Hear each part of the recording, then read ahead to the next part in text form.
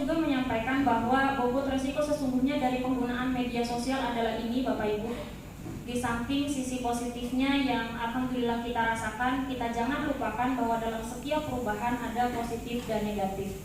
Ini beberapa hal negatif yang terjadi ketika penggunaan media sosial tidak dibarengi dengan literasi digital memberi rasa candu gitu. Atau seorang psikolog mengatakannya dengan istilah narkolema. Yang kedua adalah problem based learning, dan yang terakhir seminar. Apa kendalanya dalam penyuluhan kami? Di antara beberapa kendala, namun kami merasa kendala ini yang perlu kami kemukakan di antaranya adalah sosialisasi dilakukan secara online itu terbatas Bapak Ibu karena masih pandemi, sehingga kami tidak bisa mengundang seluruh guru dan peserta. Orang melihat sekolah tersebut dari kepribadiannya, karena dari komunikasi branding itu bisa menjadi ke strategi marketing, lalu menjadi nilai jual dari sekolah tersebut. Nah, juga mengetahui brand posisinya, jadi sekolah itu posisinya di mana sih? Ya, dari kita melakukan pengabdian di sana, kita juga sambil menanyakan masyarakat. Alhamdulillah kemarin kita juga sambil jalan keliling Pare, itu juga sambil mencari informasi dari masyarakat sekitar. Jadi ada beberapa pertanyaan dari kita, biasanya hal yang simpel, di sini sekolah yang unggulan di mana gitu. Pilihan sekolah unggulan orang tua, pilihannya SMA mana, mereka akan menyebut ada beberapa orang menyebut satu sekolah tersebut. Jadi semua hampir banyak menyebut sekolah tersebut. Ya, sekolah A, SMA A, saya nggak berani nyebut merek. Jadi iya, berperan penting dalam proses kegiatan belajar mengajar nantinya. Namun berdasarkan kenyataannya, ya, di Pare itu ternyata mengalami bullying. Jadi ada yang akan memaparkan pengabdian masyarakat yang dilakukan di Ciwidey, tepatnya di Desa Pasir Jambu. Adapun judul penelitian saya adalah adapun judul pengabdian masyarakat yang saya ambil adalah optimalisasi pelayanan prima melalui analisis SWOT dalam meningkatkan kepuasan anggota koperasi. Nah, dilihat dari kita pasti bicara dari akarnya dulu, bicara dalam koperasi. Kita tahu kalau misalnya koperasi itu ada di Indonesia untuk saling membantu, adanya sokong guru, di mana di sini tidak menetapkan bagaimana rate-nya, namun di sini kebersamaan kasih dan cara mereka melayani anggota koperasi. Makanya di sini saya mengambil kenapa pelayanan prima. Kalau secara garis besar ingin saya sampaikan, Koperasi Sejahtera ini mempunyai aset atau mempunyai kas dari tahun 1985. Ini menjadi salah satu wadah formal untuk membantu kesejahteraan anggota koperasi. Merupakan hasil dari kegiatan pengabdian kepada masyarakat. Sebelumnya kasih plus dulu ya untuk ceritanya yang luar biasa ini. Ya, mudah-mudahan nanti banyak ceritanya yang baik. Dan selanjutnya seperti yang tadi saya sampaikan, ada sesi tanya jawab.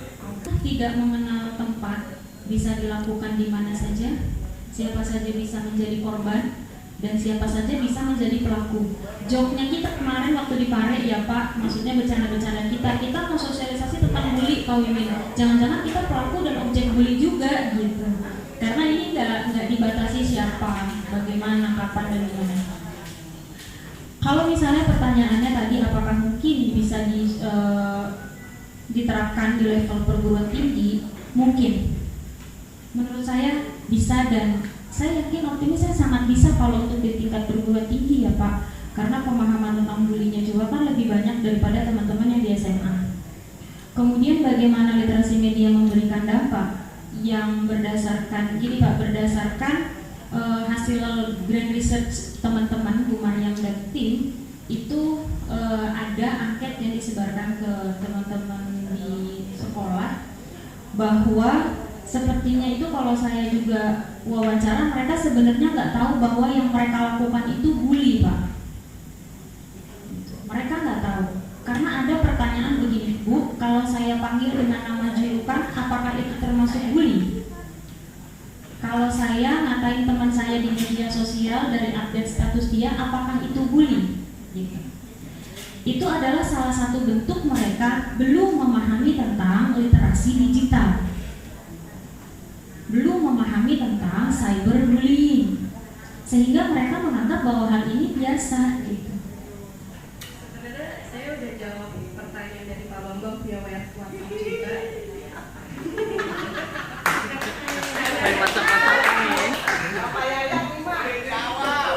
Ada via WhatsApp, jadi saya jawabnya secara WhatsApp juga. Jawabannya Pak. Pertanyaan di sini adalah mengapa bully dapat mampu untuk menaikkan level sebuah SMA. Sebenarnya bukan menaikkan sih ya Pak, tapi menurunkannya. Jadi brand image dari SMA itu bisa menurun, tapi juga bisa menaikkan. Dalam hal menaikkan ini gini, biasanya orang itu kalau sudah kejadian baru sadar. Ya biasanya nih kalau udah kejadian baru sadar dan baru perbaikan. Nah, bisa menjadi strategi marketing juga. Jadi bagaimana mereka menanggulangi dari kasus-kasus bullying di sekolah tersebut. Jadi bisa jadi modal marketing yang mereka memperkenalkan, oh dulu sekolah kita memang pernah kejadian bullying di sekolah, baik dari verbal atau kekerasan, tapi kita mempunyai cara penanggulangannya bagaimana. Dan itu bisa juga menjadi branding sekolah tersebut menjadi baik di sekolah tersebut, baik di SD, SMP, SMA dan sebagainya. Hampir sama seperti itu. Jadi kalau misalnya dibalik lagi, kalau sudah kejadian rata-rata orang baru sadar, jujur ada yang melakukan kegiatan tersebut atau kejadian tersebut, tapi bagaimana cara mereka menanggulangi kekerasan seksualnya tersebut. Dan itu sebenarnya yang saya lihat di media sosial yang ditunggu oleh mahasiswa. Mereka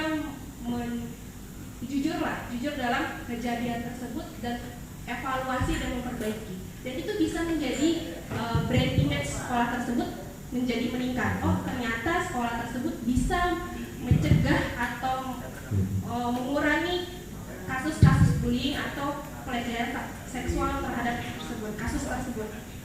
Lalu di mana bullying di level mahasiswa juga kemungkinan ada, pasti ada. Ya, jangankan yang tadi Bu ini setiap saat, setiap orang pun ada. Yang saya bilang dari tadi presentasi tersebut, sebenarnya kita juga guru secara tidak langsung pernah membuli anak, ya, pernah. Contoh hal yang simpel karena dulu saya ngajar IPA, sebenarnya secara langsung kita pernah membuli. Jadi mungkin proses cara menulis untuk anak usia dini itu tidak langsung dengan pensil. Jadi kita harus dengan cara prosesnya, motorik halusnya dikembangkan lebih detail lagi, lalu baru dia pegang pensil. Pegang pensil pun dengan cara menulis tidak langsung kasih pensil, tapi dengan krayon dan sebagainya. Nah, namun kalau kita memaksa, kalau tidak paham tentang tahapan perkembangan si anak tersebut dan memaksa memegang pensil dan memaksa mereka menulis dengan tulisan yang baik seperti tulisan orang dewasa, itu pun juga termasuk dalam hal kekerasan atau bully secara langsung, tidak langsung. Ya, niat kita sebenarnya bagus untuk mendidik anak, tapi padahal itu melakukan kekerasan dan itu bisa melanggar juga tahapan perkembangan anak. Jadi ada beberapa tahapan perkembangan anak yang kalau terlewati sebenarnya akan fatal di dewasa nanti. Gitu. Kayak misalnya kita belajar merangkak, merayap dan sebagainya. Ketika tahapan itu akan menghilang, sebenarnya secara tidak langsung kita dewasa itu pasti ada masa-masa ketinggalan atau yang hilang. Hingga kitanya itu juga mempengaruhi. Ya, biasanya dari orang mahasiswa atau siswa secara tidak langsung curhatlah sama mamahnya, sama papahnya. Kalau kuliah atau misalnya sekolah sini tugasnya banyak, kalau misalnya nggak ngerjain saya dihukum dan sebagainya, dan itu bisa mencoreng juga dalam branding sekolah tersebut. Nah itu juga tinggi karena perguruan tinggi juga bisa disamakan dengan sebuah perusahaan di mana pelayanan yang prima juga akan memberikan dampak positif. Dan indikatornya apa saja pelayanan prima tersebut bila diletakkan pada level perguruan tinggi. Untuk indikator dari pelayanan prima, Bapak Ibu, sebetulnya kalau kita bicara tentang pelayanan prima ini off the box, all of the box semuanya, dari mulai karyawan perguruan tingginya, dari mulai dosennya, dari mulai mahasiswanya gitu kan. Simpel aja Bapak Ibu, kalau misalnya kita, karena saya dan Hilma juga bergerak di bidang yang sama penerimaan mahasiswa baru, kita bicara pelayanan penerimaan di awal, first look gitu kan. Jatuhnya kalau misalnya suka sama perempuan atau laki-laki suka sama perempuan, pasti yang dilihat looknya dulu gitu kan, cantiknya dulu. Gimana kita bisa memberikan kepercayaan kepada calon mahasiswa kalau kita tidak memiliki itu. Yang pertama sikap. Ketika kita di ranah front office, karena juga saya di MM, kita bagaimana menunjukkan sikap yang baik. Yang kedua perhatian. Jadi ketika ada calon mahasiswa disambut, disapa, ada perlu apa gitu kan. Kalau kita bicara tentang penerimaan mahasiswa baru, lalu action, tindakan, apa yang harus saya bantu, apa yang harus saya lakukan untuk membantu mungkin yang mereka ingin tahu gitu kan. Lalu ada juga kemampuan atau ability. Kalau bisa saya bicara MM, saya harus tahu bagaimana proses pembelajarannya, bagaimana biayanya, dan tidak juga berbeda dengan di fakultas. Apa aja fakultasnya, lalu apa akreditasinya gitu ya Bapak Ibu. Lalu dosennya bagaimana pola ajarnya, karena awalnya aja harus ada kepercayaan, harus trust dulu gitu. Karena seperti kalau misalnya kita koperasi, kalau misalnya dari pelayanannya sudah tidak memungkinkan, bagaimana masyarakat mau mendaftar gitu menjadi anggota, apalagi ini simpan pinjam. Bagaimana dia bisa mempertilan baik karyawan, dosen, itu harus rapi.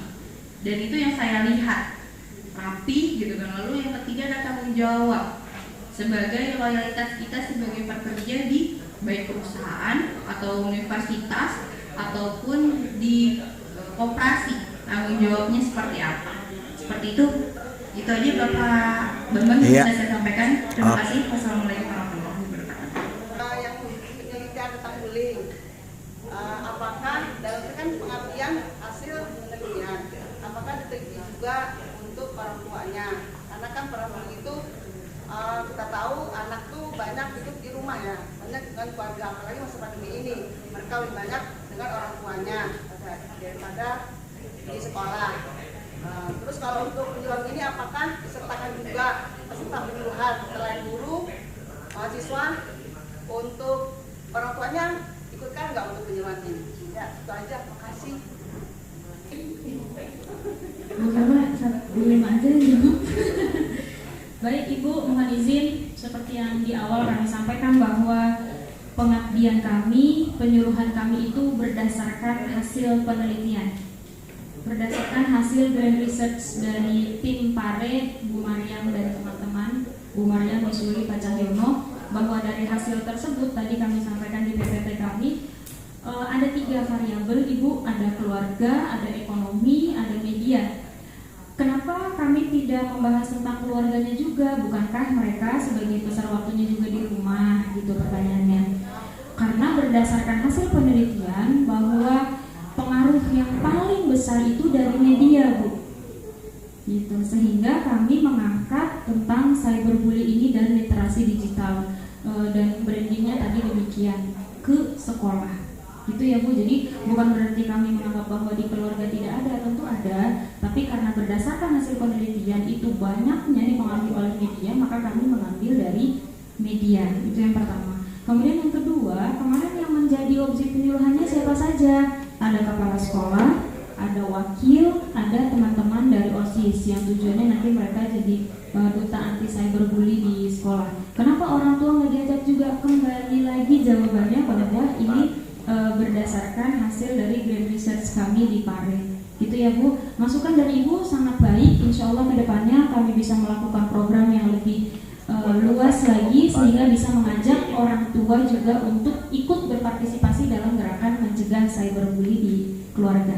Begitu Ibu dari kami. Mungkin dari Bu Hilma silakan. Oh enggak ada. Terima kasih. Assalamualaikum. Baik, ini ya, saya rasa untuk sesi tanya jawab cukup ya Ibu Bapak, dan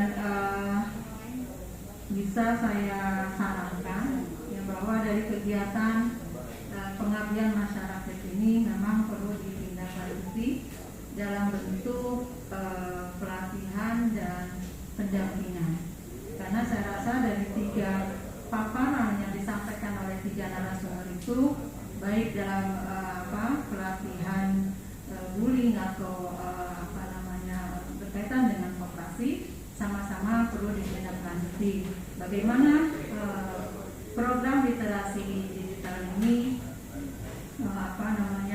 melalui internet atau media seperti yang ditanyakan oleh Bu Iim tadi, memang keluarga atau orang tua itu sangat membantu untuk mengurangi bullying ini. Dan begitu juga dengan bagaimana dapat meningkatkan perekonomian di masyarakat. Itu yang bisa saya simpulkan yang berkaitan dengan 3 paparan hasil dari kegiatan pengabdian masyarakat, di mana kegiatan ini merupakan atau dilaksanakan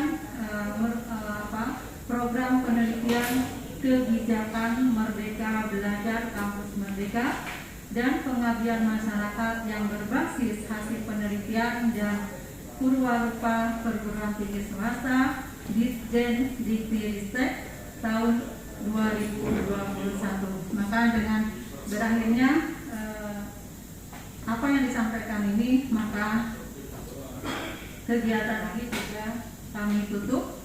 Ya, mudah-mudahan dapat bermanfaat buat kita semua. Dengan akhir kata mengucapkan sama-sama alhamdulillahirabbil alamin. Assalamualaikum warahmatullahi wabarakatuh.